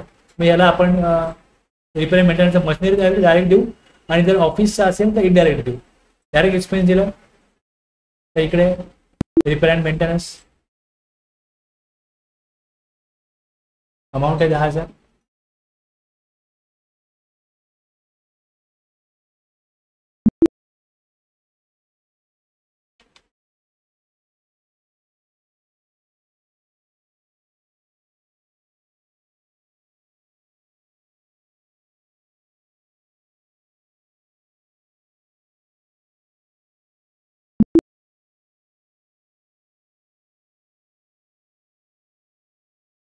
अशा प्रकारे मी एंट्री सेव्ह केली.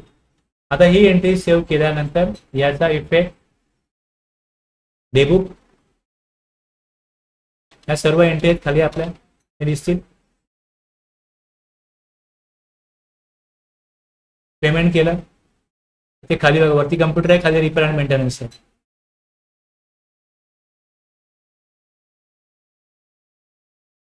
प्रॉफिट अँड लॉसला आता बघा इफेक्ट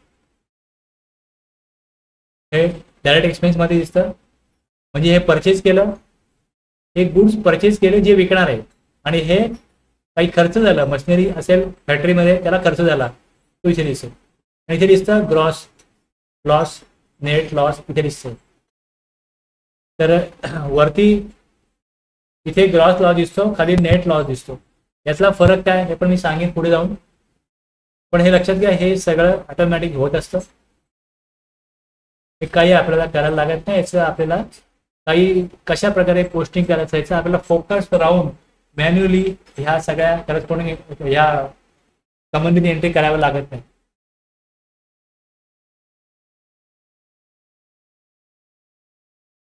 आणि जेवढी कॅश वापरली गेली तेवढी कॅश कमी झाली तर त्याचा इथे कॅशवरती परिणाम होईल आणि मग इथे कॅश पण तेवढी कमी झालेली दिसेल.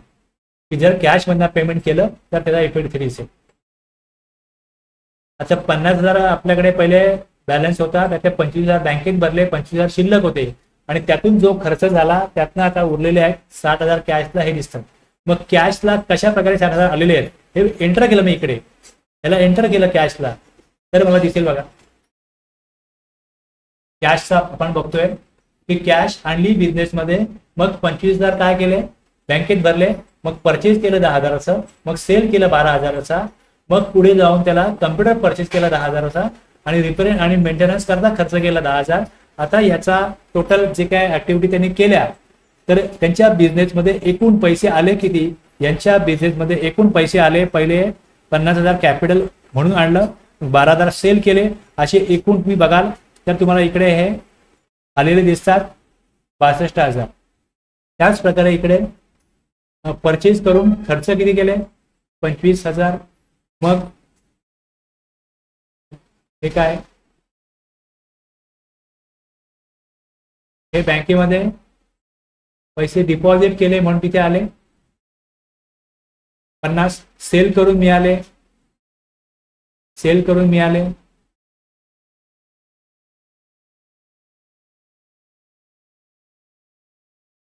इकडे म्हणजे हे इथे परचेस करून खर्च झाले 10, पेमेंट केलं कम्प्युटरचं 10, आता पेमेंट केलं रिपेअर आणि मेंटेनन्स 10. अशा प्रकारे या 62,000 एकूण बिझनेसमध्ये आले होते, त्यातनं गेले किती, तर हे गेलेले आहेत, हे गेलेले खाली दिसतात. म्हणजे ह्या 62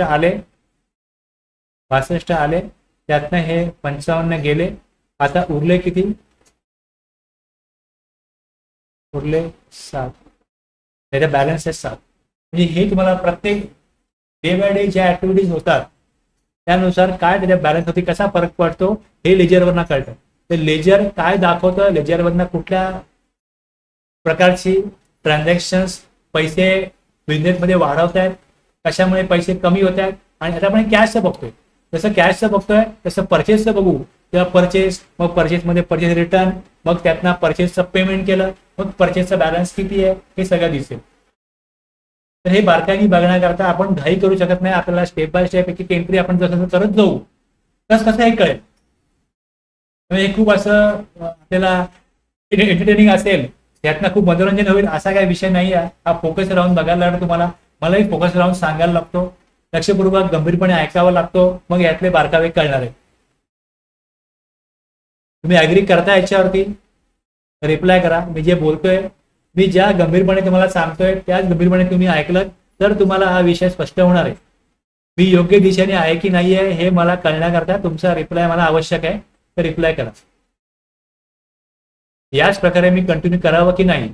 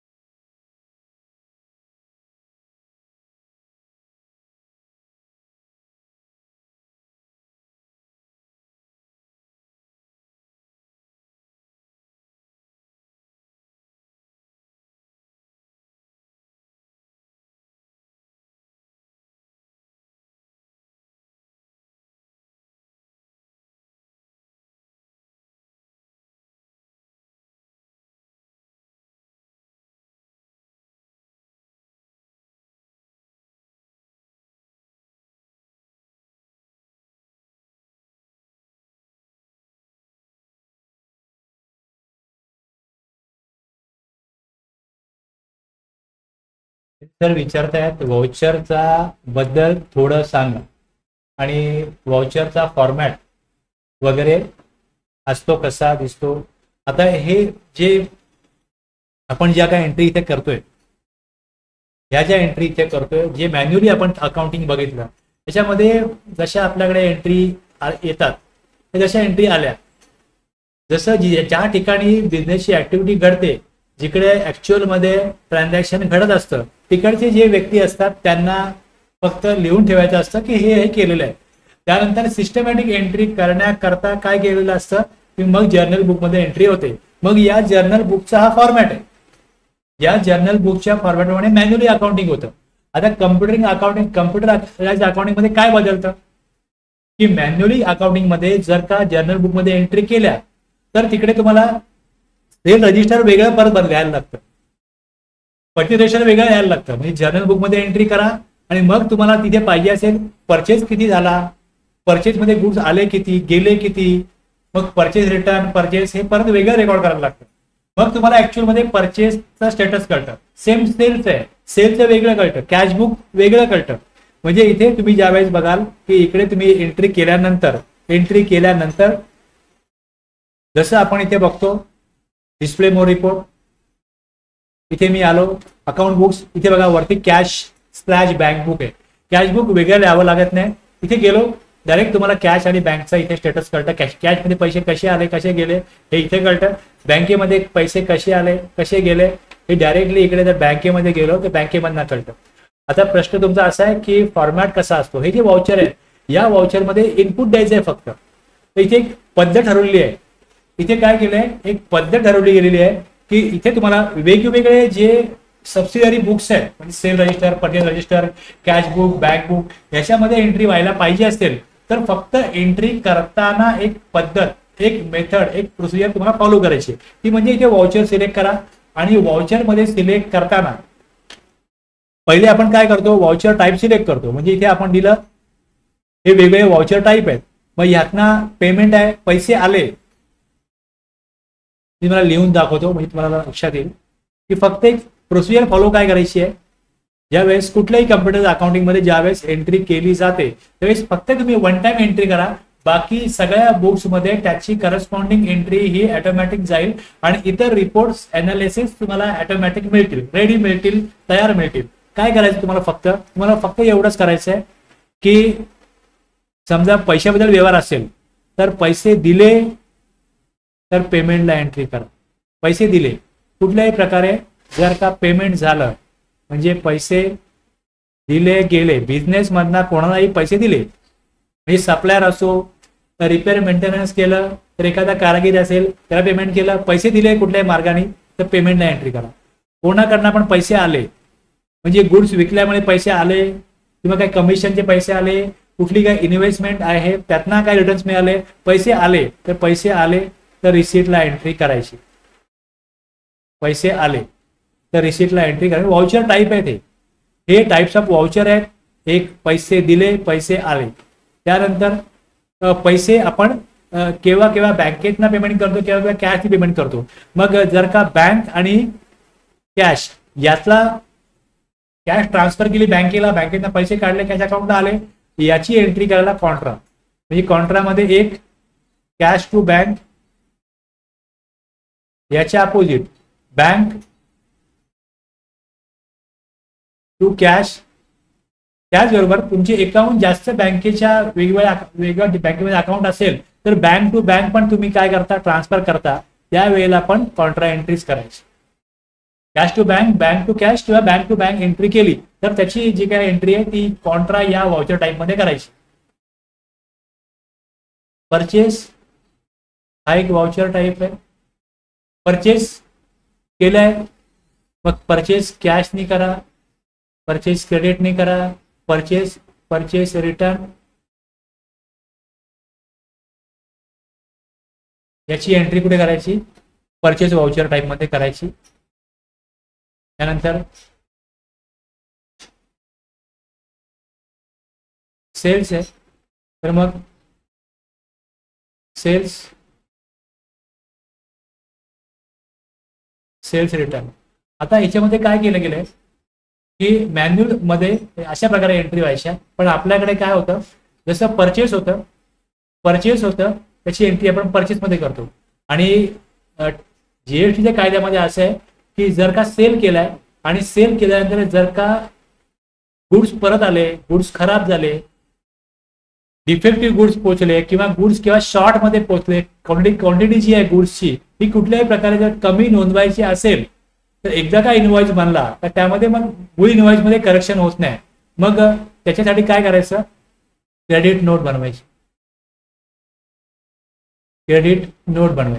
मग आता कायद्यामध्ये अशी तरतूद केल्यामुळे काय झालं की परचेसची एंट्री करताना मग परचेस रिटर्न जर असेल, सेल्स रिटर्न जर असेल तर मग त्याच्याकरता काय केलं गेलं, व्हाउचर टाईप स्पेशली दिलाय असा, ते इकडे तुम्ही काय करा, वेगळा व्हाउचर टाईप वापरा, कारण की वेगळ्या प्रकारचं डॉक्युमेंट बनवायला लागतं जीएसटी कायद्यामध्ये.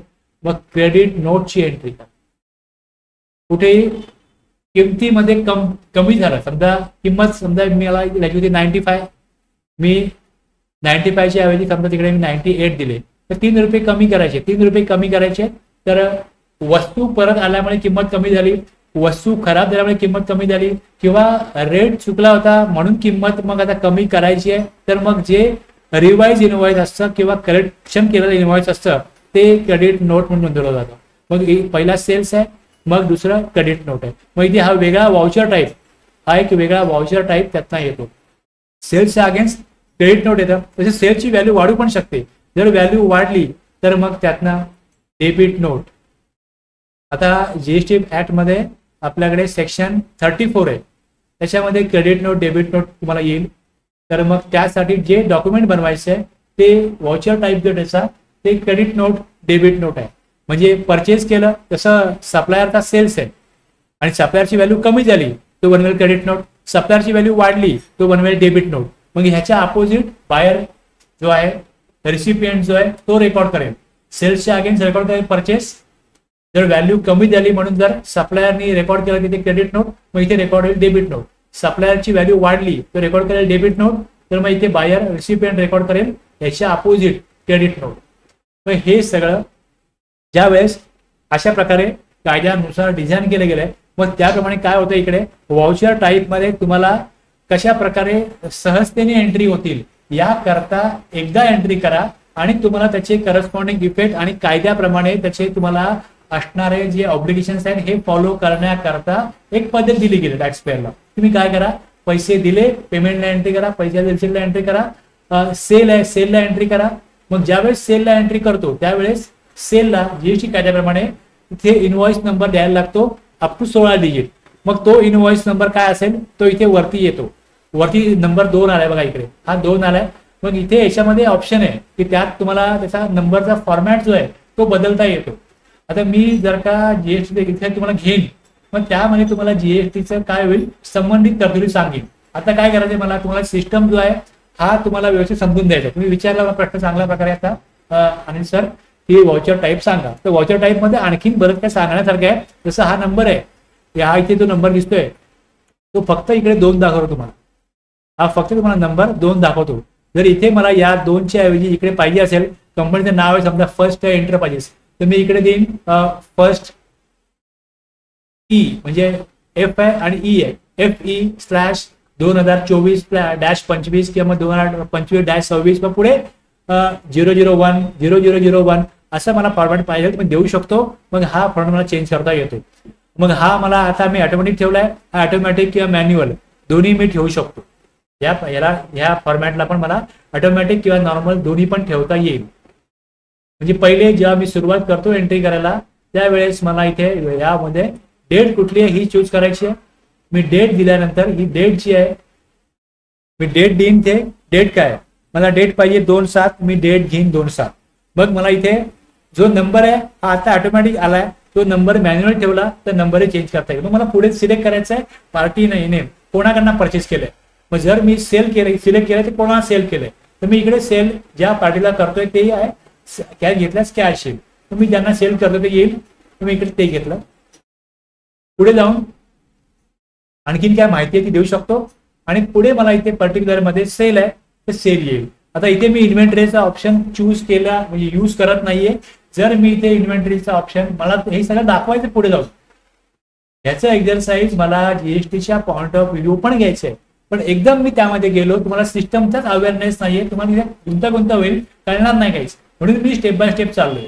पहिले मी मॅन्युअल अकाउंटिंग, मग त्या मॅन्युअल अकाउंटिंगचा कम्प्युटर अकाउंटिंग मध्ये काय इफेक्ट होतो ते येईल. आणि मग त्याच्यानंतर जर पेशन्स ठेवून ऐकणारे असतील तर मी पेशन्स ठेवून त्याप्रमाणे गंभीरतेने ते सांगू शकतो आणि तुम्हाला बऱ्याच गोष्टी त्यातनं क्लिअर होतील.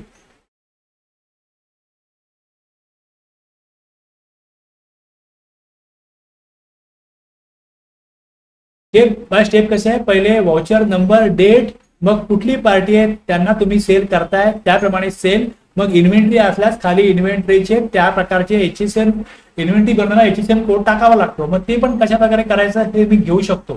ते आवश्यक आहे ऍक्च्युली. ते तुम्हाला कळलं पाहिजे की सिस्टम कशा प्रकारे वर्क होतो. तुम्हाला जर चक्रव्यूह भेदायचा असेल तर चक्रव्यूह कसा बनवला जातो, उभा केला जातो हे मी तुम्हाला सांगतोय. तर तुम्हाला कळणार आहे की कुठे त्याच्यामध्ये काय स्टेप घेतल्या गेल्या, त्यातनं कशा प्रकारे रेकॉर्ड झालंय, कशा प्रकारे रिपोर्ट मध्ये जाऊन बघायचंय आणि त्यातून ते बरोबर रेकॉर्ड झालंय की नाही झालंय हे तुम्हाला कळेल. मग इथे मी अमाऊंट टाकेल. मग मी अमाऊंट टाकल्यानंतर जी काय अमाऊंट मी टाकीन ती अमाऊंट येईल. ते स्टॉक आयटम 10-12 असतील, 10-12 स्टॉक आयटम टाकेल जे प्रॅक्टिकली असतात. आणि मग त्याची एकूण अमाऊंट किती हे येतं. मग 10-12 इथे मी स्टॉक आयटम टाकीन, त्याला पण जीएसटीचा रेट 5%, 12%, 18% वेगवेगळा असू शकतो. त्यानुसार टॅक्सची अमाऊंट येईल. मग खाली त्याचा CGST, HGST जे काय असेल ते येईल आणि मग फायनली अमाऊंट येईल. आता याच्यामध्ये फक्त तुम्हाला काय बघताय तुम्ही की पार्टीचं नाव सेल आहे, सेल आहे, ठीक आहे. इन्व्हेंटरी मी घेतलेलं नाहीये, गुंतवणूक अकाउंट घेतलेलं नाहीये. आणि शेवटी फायनल अमाऊंट येते आणि मग खाली नॅरेशन येतं आणि या नॅरेशन नंतर एंट्री सेव्ह. आणि सर तुम्ही विचारताय वाउचरच्या मध्ये थोडं सांगा. तर वाउचर काय, प्रायमरी तुम्ही डेटा एंट्री इथे करता. डेटा एंट्री तुम्ही करता, त्यामध्ये तुम्ही इनपुट्स देता आणि ह्या इनपुट्स प्रमाणे तुम्हाला purchase register, sale register, cash register, cashbook, bank book हे रिपोर्ट्स रेडीली अवेलेबल होतील, रेडीली उपलब्ध होतील.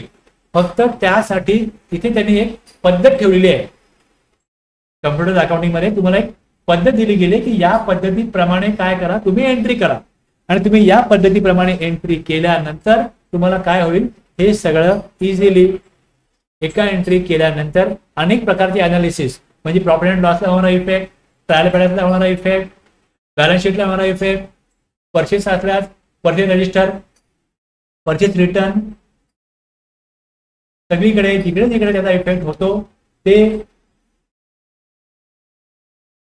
इझिली उपलब्ध होईल. आणि सर तुम्हाला मी जे सांगितलंय तुमच्या प्रश्नाचं उत्तर कळलंय का, तुम्हाला आणखीन काय वेगळं विचारायचं आहे?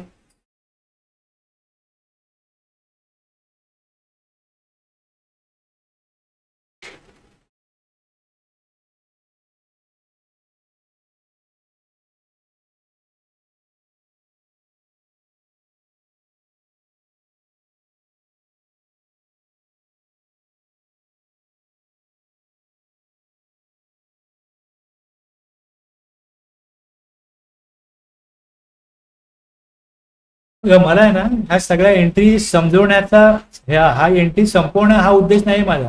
या सगळ्या एंट्री म्हणजे आपण आता फक्त इथे बघितलं तुम्ही 10 एंट्री झाल्या, तर 10 एंट्री मला एंट्रीज रेकॉर्ड करून संपवण्यामध्ये इंटरेस्ट नाहीये.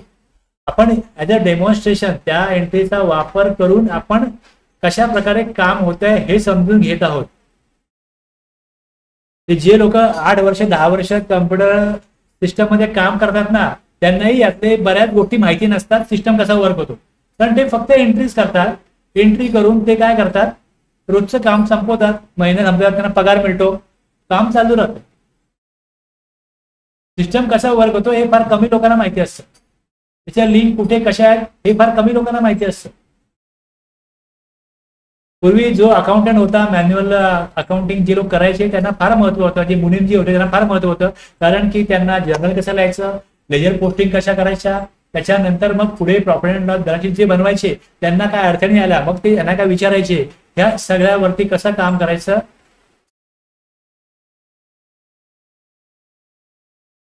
हे कळतं काय लिहितात, यामुळे बऱ्याच गोष्टींची माहिती मिळत आहे. ओके, तर तुम्हाला ह्या बऱ्याच गोष्टी कळतील की ज्याच्यामुळे तुम्ही ऑडिट सुरू कुठं करणार. ऑडिटचा अर्थ हा नाहीये की तुम्ही बॅलन्स शीट समजून घ्या, बॅलन्स शीटचे अनालिसिस करा, तुम्हाला जे 3CD दिलेले आहेत ते बघा, आणखीन काय कंपनीचे कंप्लायन्सेस केले असेल त्यातनं तुम्ही बघा. हे सगळं वर दाखवलं गेलंय. एखादा माणूस गोड घालून उभा आहे, तुमच्याशी फार गोड बोलतोय, तर तुम्हाला त्या माणसाला ओळखायचं असेल तर तुम्ही कसं ओळखणार. तर तुम्ही ज्या वेळेस एखाद्याशी आपला फार क्लोज व्यवहार होतो मग आपल्याला कळतं. कसं आहे, एखाद्या व्यक्ती या कळण्याकरता त्याशी आपण जेव्हा वारंवार त्याला भेटतो तेव्हा कळतं की तो कसा आहे. तसं इथे तुम्हाला त्या सॉफ्टवेअर सिस्टीम मध्ये वारंवार जावं लागेल. त्याची प्रत्येक ट्रान्झॅक्शन, प्रत्येक रेकॉर्ड तुम्हाला समजून घ्यायला कसा घडलाय, आणि प्रत्येकाचा डॉक्युमेंट प्रूफ. जर सेल्स आहे, परचेस आहे, तर जीएसटी कार्डला सांगतो तुम्ही सेल केलाय तर तुम्ही काय करा, टॅक्स इनवॉइस बनवा. तुम्हाला परचेसचा आरटीसी केव्हा मिळेल, जेव्हा तुमच्याकडे डॉक्युमेंट प्रूफ असेल मिळेल. मग परचेस आहे, परचेस रिटर्न आहे, सेल आहे, सेल रिटर्न आहे, ह्या सगळ्याचे डॉक्युमेंट पाहिजे. मग ते डॉक्युमेंट सगळे तिथे असतात. बँक आहे, बँकेत पैसे आले त्याचं स्टेटमेंट पाहिजे. जर इतर कुठलाही व्यवहार असेल तर त्याचा वाउचर बुक मेंटेन करायचं असतं, मॅन्युअली पेपर असं मेंटेन करायचा असतो. त्यामध्ये कोणाला पैसे दिले, कॅशमध्ये पैसे दिले, कॅशमध्ये पैसे आले हे रेकॉर्ड होतात. म्हणजे कॅशचे व्यवहार हे वाउचर बुक थ्रू रेकॉर्ड होतात. बँकेचे व्यवहार बँकेच्या स्टेटमेंटमध्ये असतात. म्हणजे आलेले पैसे, गेलेले पैसे हे डॉक्युमेंटमध्ये रेकॉर्ड केल्यामुळे ते कशा प्रकारे आलेत, कुठल्या माध्यमातून आलेत, कोणाला दिलेत, कोणाला गेलेत. जर कॅशने पैसे दिले तर त्यांची तिकडे सही घेतली ते वाउचर बुक वरती, म्हणजे त्या व्यक्तीला पण तुम्हाला ट्रेस करता येतं की कोणी पैसे दिले. तर या प्रकारे हे सगळं इन्कम टॅक्सचा पण कायदा आहे, कंपनी लॉ पण आहे. यामध्ये पण ह्या सगळ्या प्रकारच्या गोष्टी आहेत की त्यांनी कशा प्रकारे त्यांना ऑब्लिगेशन दिलेले आहेत हे सगळं रेकॉर्ड करा. मग ते सगळे रेकॉर्ड्स आहेत. हे सगळे जे रेकॉर्ड्स आहेत हे सगळे रेकॉर्ड्स जर का तुम्ही इथे बघाल, आपण पुढे जाऊन जे जीएसटीचा आपला ऍक्ट आहे, तर हे जेव्हा तुम्ही ऑडिट कराल तर यामध्ये तुम्हाला ऍक्ट मध्ये सेक्शन 35 आहे, अकाउंट्स आणि अदर रेकॉर्ड्स. मग इथे कशा प्रकारे अकाउंट हे रेकॉर्ड मेंटेन करायला सांगितले. आता आपलं हे ज्यांचा क्लास झालाय जीएसटीचा त्यांना हे लेक्चर बघायचे आहे, त्यांनी हे बघा, त्यांना कळेल की सेक्शन 35-36 प्रमाणे आणि त्याचे रूल आहे. मग रूल बघाल तुम्ही, रूल मध्ये जाल,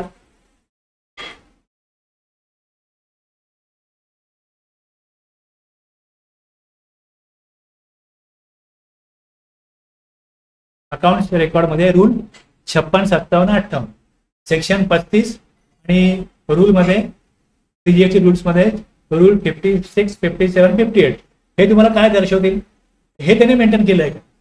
आता याच्यामध्ये जे डॉक्युमेंट्स मेंटेन केले, त्यांना जे ऑब्लिगेशन दिलेत, त्याप्रमाणे जे रेकॉर्ड्स केलेत त्याप्रमाणे तुम्हाला बघायचं आहे. तुमच्याकडे रिटर्न्सची माहिती आहे, तुम्ही स्क्रुटिनी केलंय, आणि जर तुम्हाला वाटत असेल डिपार्टमेंटला की यांच्यासाठी आपण ऑडिट करणं गरजेचं आहे तर नक्की तुम्ही जाऊन ऑडिटला काय बघणार. Profit and loss balance sheet हे जे आहे हे जीएसटीआर 9(9)(c) भरताना तिकडे अपलोड केलेलंच असतं. तुम्ही 3CD घ्याल, 3CP घ्याल, तिथून तुम्हाला काय करणार आहे, ऑडिट रिपोर्ट घेऊन तुम्हाला काय करणार आहे. जर प्रत्येक ट्रान्झॅक्शन जर बघितलं तरच कळतं की कशा प्रकारे प्रत्येक ट्रान्झॅक्शनला प्रॉपरली जीएसटी लायबिलिटी जमा केली आहे का, ती रेकॉर्ड झाली आहे का, ती मग मध्ये जमा केली आहे का, जीएसटी 9 मध्ये काय दाखवलंय हे सगळं आहे. म्हणजे सुरुवात कुठे होते, त्याची लायबिलिटी किंवा इनपुट टॅक्स क्रेडिट हे रेकॉर्ड कुठे होतं, ज्या वेळेस त्याचा परचेस रिटर्न, सेल रिटर्न हा जेव्हा रेकॉर्ड होतो त्यानुसारच ते रेकॉर्ड होतं. आणि आणखीन या प्रकारे पुढे गेल्यानंतर मी जेव्हा जीएसटीचा एक्सरसाइज घेईन आणि त्यातून मग तुम्हाला त्याचा कनेक्शन सांगेन प्रत्येक सेक्शन वाईज, रूल वाईज कुठे कुठे आहे, तेव्हा तुम्हाला आणखीन क्लिअरिटी येईल. पण हे फार पेशन्सचं काम आहे. जर जे व्यक्ती गंभीरपणे हे समजून घेऊ इच्छितात त्यांच्याकरता आहे, जे खरंच दर्दी आहेत त्यांच्याकरता आहे. सगळ्यांना हे गरजेचं वाटेल, सगळे हे करतील ही माझी अपेक्षा पण नाही. फार कमी लोक करतील आणि जे करतील त्यांना फायदा होईल. आजच्या पुरता पुरेसं आहे का एवढं.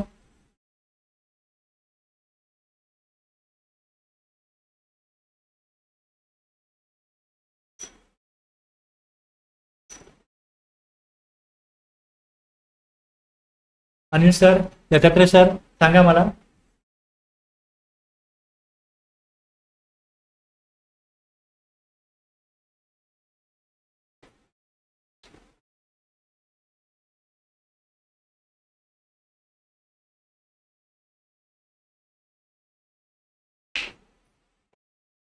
आजच्यासाठी थांबूया इथे आपण.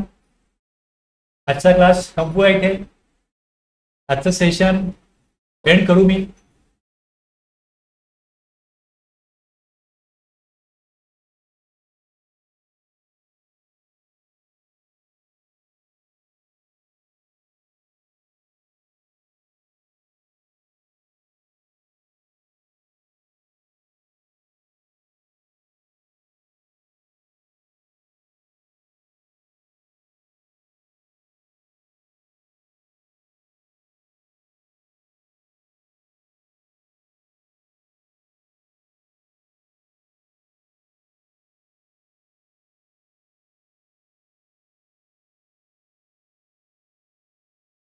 त्यामुळे इकडे डिस्कनेक्ट करतोय आता.